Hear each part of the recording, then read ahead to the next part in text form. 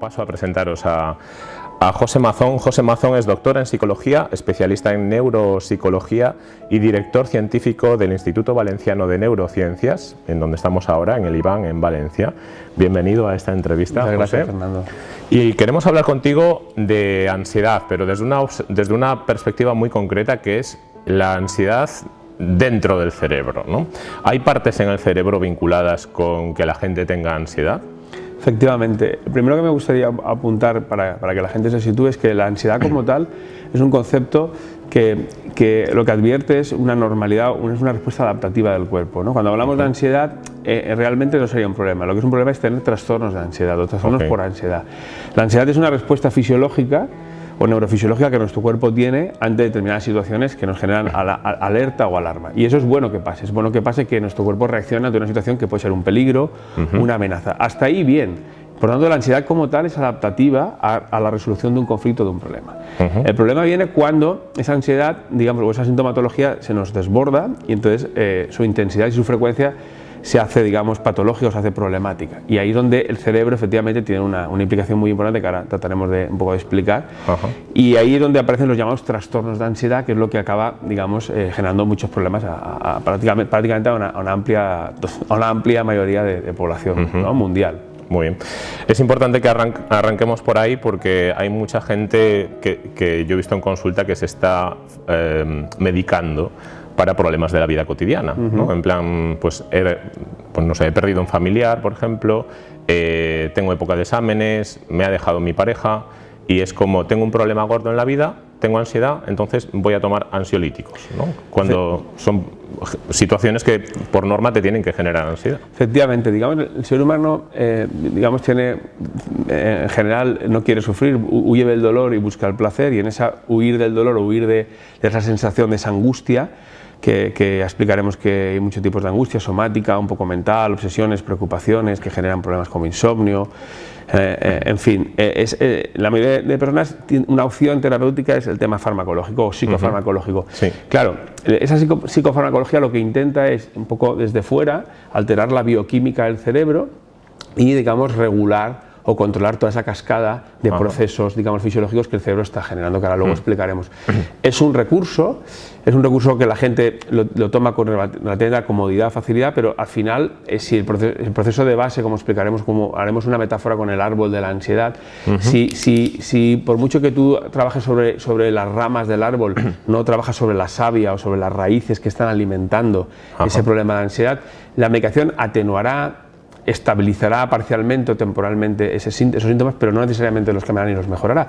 Sí que es verdad que es un recurso rápido y quizá cómodo, pero no es una solución definitiva. Entonces, es verdad que en muchos casos tenemos que dar esa medicación para, digamos, estabilizar un poco al paciente, pero hay que hacer un trabajo psicológico y entender realmente la fisiología de ese tipo de ansiedad, en ese tipo de personalidad y en ese tipo de persona, ¿no? Muy bien.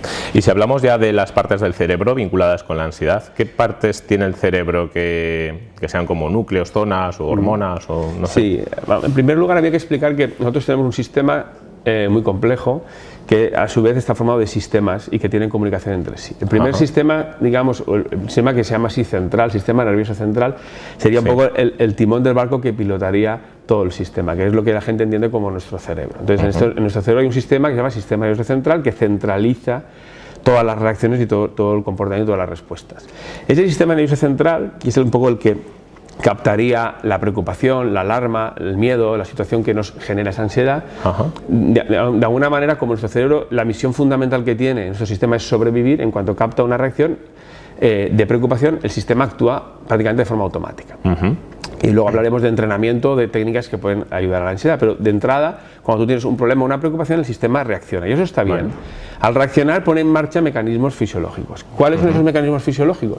Pues ese sistema nervioso central, vamos a intentar explicar de una forma muy sencilla, a través de una estructura que es el eje hipotálamo hipofisario, y una estructura en el cerebro, y un eje fundamental que se encarga de alguna manera, es como la autopista o la carretera por la que, digamos, ese cerebro envía va a enviar información al resto de los sistemas, ¿no? O sea, tenemos ya como dos núcleos, ¿no? Uno es el hipotálamo, que es una parte interior en el cerebro, y otra es la hipófisis, y hay como una autopista que une el hipotálamo con la hipófisis. Hay una conexión de hipotálamo de hipófisis que es la que va a regular todo el canal de neurotransmisores, sustancias químicas que van a provocar cambios en nuestros órganos del cuerpo. Ahora explicaremos por qué detrás de esa ansiedad hay una taquicardia, por qué se nos acelera el pulso, por qué se nos seca la boca, por qué tenemos sensación de molestia en el estómago, lo llamamos nervios en el estómago, presión en el pecho. Todos esos síntomas físicos es porque se inervan sustancias químicas, neurotransmisores y hormonas en esos órganos. Pero ¿de dónde viene eso? Eso viene previamente porque en nuestro cerebro, en nuestro sistema nervioso central, el eje hipotálamo-hipofisario evoca esa información, estimula esa información. Claro, por eso también hablamos de niveles de ansiedad. Si una preocupación es leve, pues digamos la descarga de neurotransmisión o de hormonas será más leve. Si una situación nos genera mucho impacto, entonces ahí habrá un circuito mucho más activo. Ese eje hipotálamo-hipofisario lo que hace es lanzar todo un torrente que puede ser desde mínimo hasta muy abundante de neurotransmisión y de hormonas. Y luego eso, a través de nuestra médula espinal, va a activar otro sistema que llamamos sistema autónomo, que como bien nos indica es autónomo, es decir, va a su bola, va a su aire.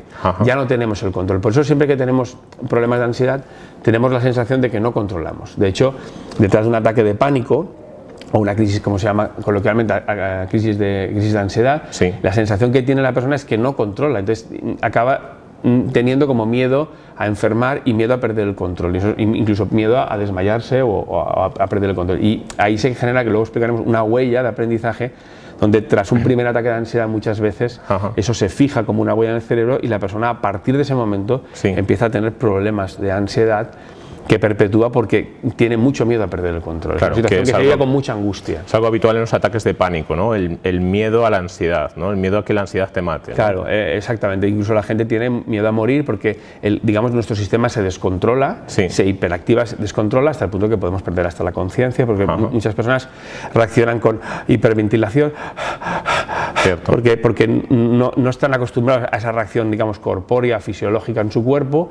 Todo se empieza a desequilibrar y entonces la persona teme que le está pasando algo grave de salud. Exacto. Y simplemente lo que pasa es que los circuitos están interactuando y están lanzando una descarga masiva que no estamos acostumbrados y que no sabemos gestionar. Y ahí es donde nosotros, los psicólogos y la gente que entendemos de esta problemática, enseñamos a los pacientes, a las personas, a saber eso, gestionarlo bien. Correcto. Entonces tenemos como dos núcleos, el hipotálamo, la zona de la hipófisis, y luego hablabas de que ese canal suelta hormonas a nivel corporal. ¿Qué tipo de hormonas tienen que ver con la respuesta de ansiedad? Digamos que hay dos vías. Hay una vía, digamos, más neuronal y una vía más humoral o hormonal, ¿no? Como la gente lo conoce. Entonces, por un lado liberamos neurotransmisores y ahí puede haber dopamina, serotonina, mucha acetilcolina, sobre todo mucha noradrenalina, que lo que haría sería como activar rápidamente una serie de órganos y que den respuesta a la supuesta demanda o al supuesto peligro que tenemos delante, y eso está bien. Tenemos entonces serotonina, dopamina,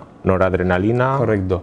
Eso en la vía que llamamos más neurohipófisis o más neuronal o neural. Y en la vía más humoral o más de hormonas, ahí se liberan toda una serie de hormonas que tienen que ver con la activación de órganos, sobre todo del sistema endocrino, que luego comentaremos. Y ahí es donde entendemos como el sistema nervioso central, a través del sistema autónomo, que haremos una diferenciación entre el sistema simpático y sistema parasimpático. Ahora veremos cómo son dos sistemas necesarios, complementarios entre sí, y que uno se necesita del otro para, digamos, al final tener una homeostasis. Cuando tenemos una descarga, digamos, en el cerebro, una preocupación, donde se descarga por esa línea que hemos dicho más humoral, más de hormonas, se descargan un torrente de hormonas rápido, entonces el sistema simpático, que de simpático en ese momento no tiene nada, pero el sistema simpático, digamos, sería el activador, el facilitador. Voy a hacer una pequeña diferenciación entre los dos sistemas. El sistema simpático está al servicio de la supervivencia, actúa de forma rápida e inmediata, por tanto las fibras que tiene son mucho más cortas, son mielínicas. Mielínica significa que tienen sustancia blanca, es decir, que son circula muy rápido la información. Y la mielina es como una sustancia para acelerar, ¿no?, la velocidad. Es una sustancia que lo que hace es acelerar regular la velocidad de comunicación entre neuronas, entre hormonas, etc. Entonces, esas fibras son más mielínicas, es decir, se circula mucho más rápido porque es urgente. El sistema quiere sobrevivir, entonces va a actuar rápido. Es decir, va a llegar al páncreas, va a llegar al corazón, va a llegar al pulmón, va a llegar muy rápido. De hecho, el sistema simpático actúa a nivel central, es decir, actúa a nivel torácico y a nivel lumbar. ¿Vale? Porque tiene que llegar rápidamente a las estructuras más importantes fisiológicas del cuerpo. Mientras que el nivel parasimpático, que lo que se encargaría es de recargar energía, para que la gente lo entienda, el sistema parasimpático es como que estamos cargando la batería. Estamos cargando la batería del móvil, entonces estamos haciendo un proceso de relajación o de carga, ¿no? Cuando dormimos, cuando descansamos, cuando tomamos el sol, cuando estamos relajados mirando una puesta de sol, el sistema parasimpático se activa y vamos cargando batería. ¿Vale? Y esas fibras, como son menos importantes en el sentido de la supervivencia, son fibras más largas y no tan mielínicas. Y actúan a nivel cervical y a nivel sacro. De forma que no es tan importante esa información y la batería se va cargando poco a poco. ¿Para qué? Para que en el momento que yo tenga una demanda del ambiente que tenga que rápidamente dar una respuesta, actúa el sistema simpático, donde gastaría mucha batería, la gastaría muy rápido, porque nuestra supervivencia está en juego. Vale, entonces el simpático es el más rápido, ¿no? Es ese sistema que quizás sea el que se activa cuando estás cruzando un paso de peatones y viene un coche hacia ti, ¿no? Y ves que va a una velocidad que te va a impactar, ¿no? Y necesitas dar un salto, ¿no? Y tienes que reaccionar, ¿no? El sistema simpático actúa en milisegundos. Se estima, para que la gente lo pueda entender, que casi viaja a la velocidad de la luz esa comunicación, porque nosotros tenemos que reaccionar rápido. ¿Cuántas veces estamos confrontando una conversación, el otro nos hace una palabra, nos hace un gesto y nosotros automáticamente cambia el rumbo, el tono, y nuestra expresión facial, corporal cambia automáticamente, empezamos a sudorar, nuestro corazón empieza a latir. Entonces el sistema simpático se activa muy rápido porque está al servicio de la supervivencia. Me gusta mucho eso que acabas de comentar ahora, porque normalmente cuando en los cursos de ansiedad ponen ejemplos de ansiedad, siempre se pone la metáfora del león. Te dicen, cuando vas por la selva y ves un león, y dices, claro, tendrías ansiedad, lo entiendo, pero ¿cuánta gente va caminando por la selva y ve un león, ¿no? Entonces hay muy poca gente que a veces que se sienta representada por esa metáfora. Pero eso que acabas de decir sí que nos ha pasado a todos en alguna ocasión, de estar hablando con alguien y que ese alguien haga un gesto que consideramos amenazante o que nos está juzgando o que puede ser a lo mejor agresivo hacia nosotros, ¿no? Y ahí también se activa todo ese sistema simpático, ¿no? Me siento amenazado, trato de defenderme, y muchas veces la ansiedad surge no para defendernos físicamente, sino para defender nuestro ego, ¿no? Efectivamente, nos sentimos atacados por múltiples circunstancias. Cada uno tenemos una personalidad, una forma de ver el mundo. Entonces, desde un comentario, una mirada, un gesto aparentemente neutro, pero que tú interpretes o identifiques como amenazante, como que te están cuestionando, va a activar. El hecho de hablar en público es una situación donde la gente, y en función del tipo de público, se siente amenazada y se dispara el sistema simpático. Situaciones donde hay mucha incertidumbre, ¿no? El ser humano tolera muy mal la incertidumbre. La incertidumbre siempre genera angustia, y cuando realmente, si lo analizamos, nuestra vida está llena de incertidumbres, y la incertidumbre en sí mismo puede ser excitatoria, incluso estimulante, pero el ser humano quiere tener el control. Digamos, la sensación de control, que es lo que el ser humano busca permanentemente, de ahí que marque las zonas de confort. Claro, todas esas situaciones que escapan un poco de tu control son susceptibles de generar ansiedad. El tema es que lo que hay que entrenar a las personas, y las personas tenemos que instruirnos, es que esa incertidumbre nos va a ir rodeando al cabo de la semana, del mes, del año, de la vida, y vamos a tener que, digamos, saber manejar y saber regular eso, y saber entender nuestro cuerpo. Cuando nuestro cuerpo está reaccionando, lo que hay que hacer es no asustarse, ataque de pánico, sino saber entender por qué está viniendo, saber que es una reacción fisiológica adaptativa a esa situación, quizá un poco desproporcionada, pero adaptativa, y nosotros, desde la conciencia, que luego explicaremos, y de ahí, digamos, el impacto que está teniendo el mindfulness y otras estrategias de relajación, cómo desde nuestro consciente ir regulando y controlando ese disparo masivo fisiológico que acaba desembocando en problemas de taquicardia, de boca seca, incluso de problemas de concentración, de bloqueos, porque hay síntomas que son un poco muy físicos, que todo el mundo un poco ha experimentado en sus carnes y rápidamente los tiene claros, pero hay síntomas más cognitivos, que son las obsesiones, las rumiaciones, que también favorecen y conectan todo esto. Claro. Entonces, hay, digamos, pluralidad de sintomatología y cada cual tiene que saber identificarla bien. Muy bien. Tenemos entonces zonas del cerebro, tenemos sistemas nervioso simpático y parasimpático, tenemos hormonas. ¿Hay otras cosas dentro de nuestro cuerpo que estén vinculadas con la ansiedad que sea importantes? Sí, a mí me gustaría hacer como una especie de recorrido para que la gente lo entienda un poco vertical, es más complejo, pero digamos que arriba tendríamos nuestro cerebro, tendríamos el sistema nervioso central, que ese es el que hemos dicho que de alguna manera capitanea o lleva el rumbo un poco de la reacción. Ese a través de, lo hemos dicho, eje hipotálamo hipofisario, enviaría señales, sistema autónomo, como es autónomo, se dispararía solo, sistema simpático, activador, sistema parasimpático, digamos, recaptador de energía, y a partir de ahí esa respuesta no se queda solamente ahí, esa respuesta viaja a los órganos.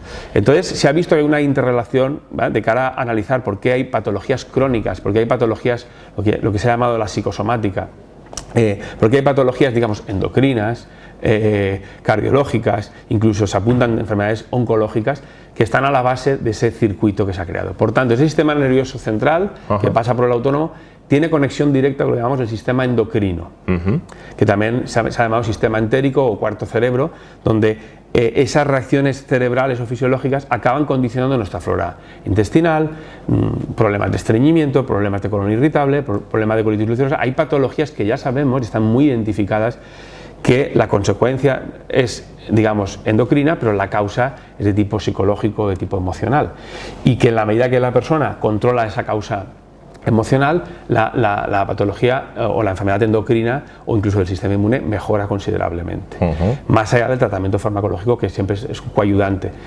Incluso ese sistema endocrino hemos visto, junto con el sistema nervioso central, que también interactúa con el sistema inmune, y aquí se abre toda una ventana de enfermedades reumatológicas o del sistema inmune que están proliferando cada vez más. La psoriasis sería una enfermedad que todo el mundo identificaría, ¿no? La gente que tiene brotes de psoriasis, muchos de esos brotes vienen después de un cuadro de estrés o de un cuadro de ansiedad no bien gestionado. Entonces tenemos enfermedades de la piel, enfermedades incluso de la visión, enfermedades del cuero cabelludo, enfermedades endocrinas, enfermedades, digamos, reumatológicas. La propia fibromialgia tiene un componente ansioso muy importante, y se ha visto que los patrones digo mujeres porque es lo más habitual, hay fibromiálgicos, pero la mayoría son mujeres, son fibromiálgicas. Entonces se ha visto que un amplio patrón de estas mujeres fibromiálgicas que tienen fatiga crónica, dolores en puntos reumatoides concretos, la causa y el mantenimiento y la intensidad de la enfermedad viene condicionada por la no buena gestión de esa ansiedad. Entonces hay toda una relación entre el sistema nervioso central, sistema nervioso autónomo, sistema endocrino, enfermedades endocrinas, digestivas y sistema inmune. Y cada vez más estamos viendo enfermedades como lupus u otras enfermedades donde analizamos y hacemos un recorrido, rebobinamos un poco qué está pasando, y la causa es una mala gestión emocional. Súper interesante esto. Tuve ocasión de conocer a una persona con Crohn que en épocas de estrés los síntomas del Crohn se acusaban hasta el punto de que la paralizaba.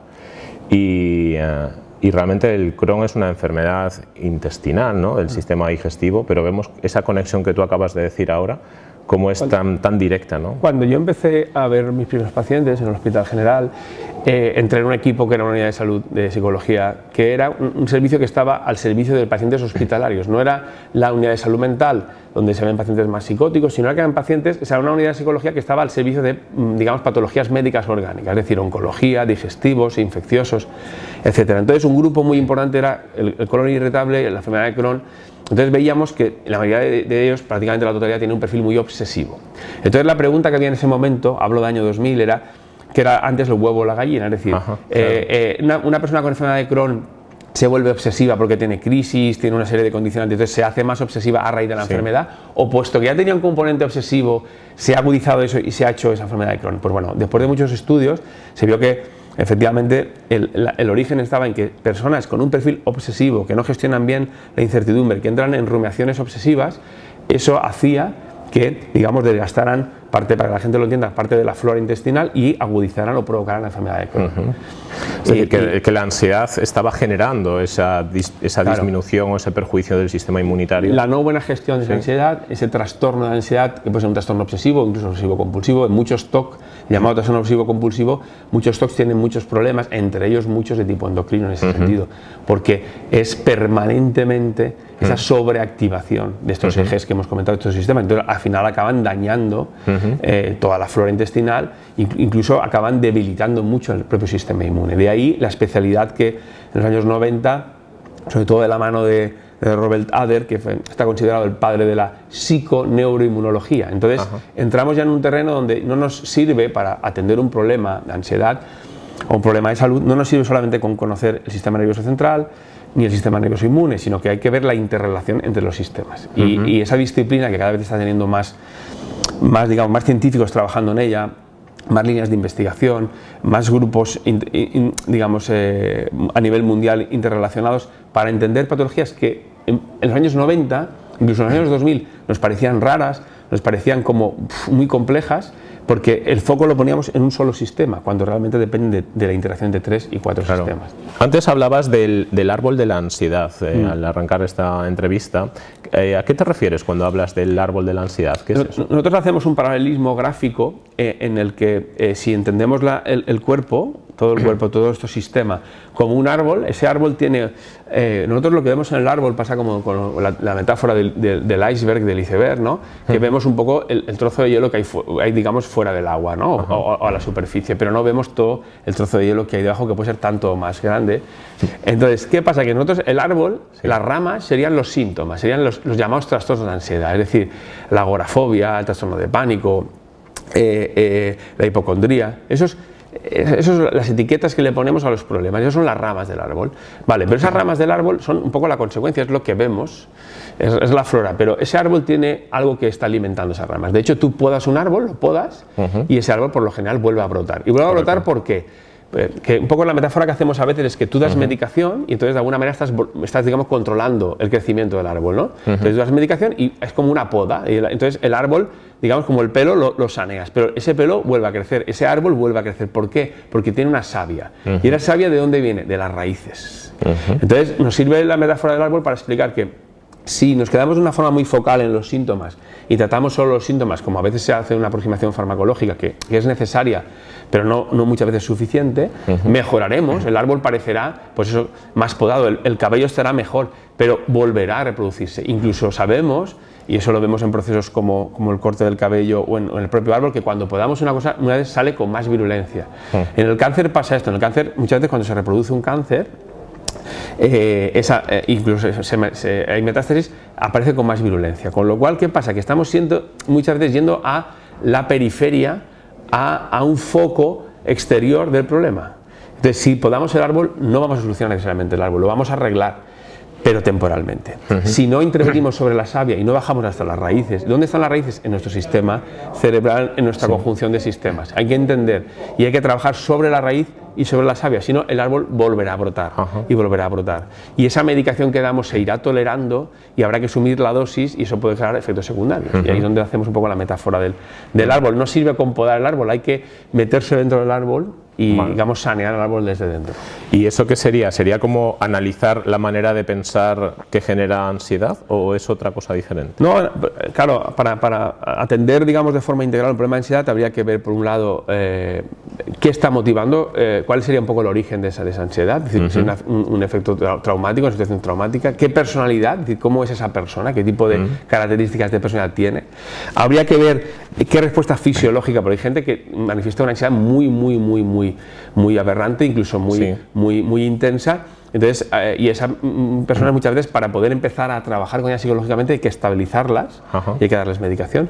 Habría que ver efectivamente en sus sistemas cómo funciona, habría que ver qué hábitos de vida tiene, el por qué eso se está perpetuando y habría que cambiar también hábitos y habría que digamos, hacer un enfoque muy multidisciplinar o muy integral. A partir de ahí afrontaríamos con bastante más éxito la mejoría de esa persona, ¿no? Es interesante esto que planteas porque has hablado de hábitos o costumbres, ¿no? Es decir, vale, puedes tener unos síntomas de ansiedad, haces determinadas cosas para reducir esos síntomas, pero tienes un hábito de vida que va a perpetuar esa ansiedad. Entonces, a lo mejor se te va o disminuye durante 2 o 3 semanas, pero ese hábito, esa costumbre, que a veces es alimentación muy insaludable, a veces es vida sedentaria, ¿no? O a veces es formas de reaccionar con o contra la familia o contra el entorno laboral, ¿no? O formas de resolver conflictos, ¿no? Hay personas pues, que tienen una forma de resolver conflictos quizás muy agresiva y no conocen métodos asertivos de enfocarse hacia ese conflicto. Claro. Nosotros cuando muchas veces acude una persona con ansiedad, digamos, hay fases, ¿no? Un poco en la intervención.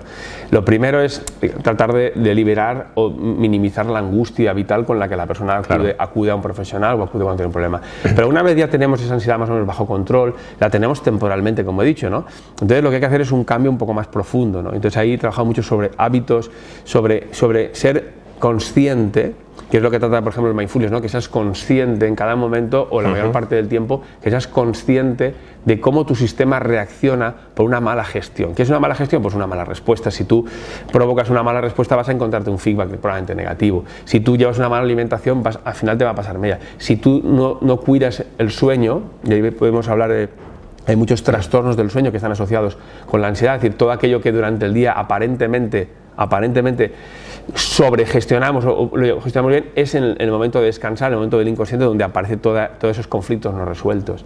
Y muchos trastornos del sueño tienen un componente muy ansioso y muchos trastornos del sueño se tratan básicamente, no únicamente con ansiolíticos, porque realmente es una consecuencia. Correcto. Entonces, muchos de los problemas del sueño que no puedo dormir, doctor, no puedo dormir, tengo insomnio, duermo muy mal.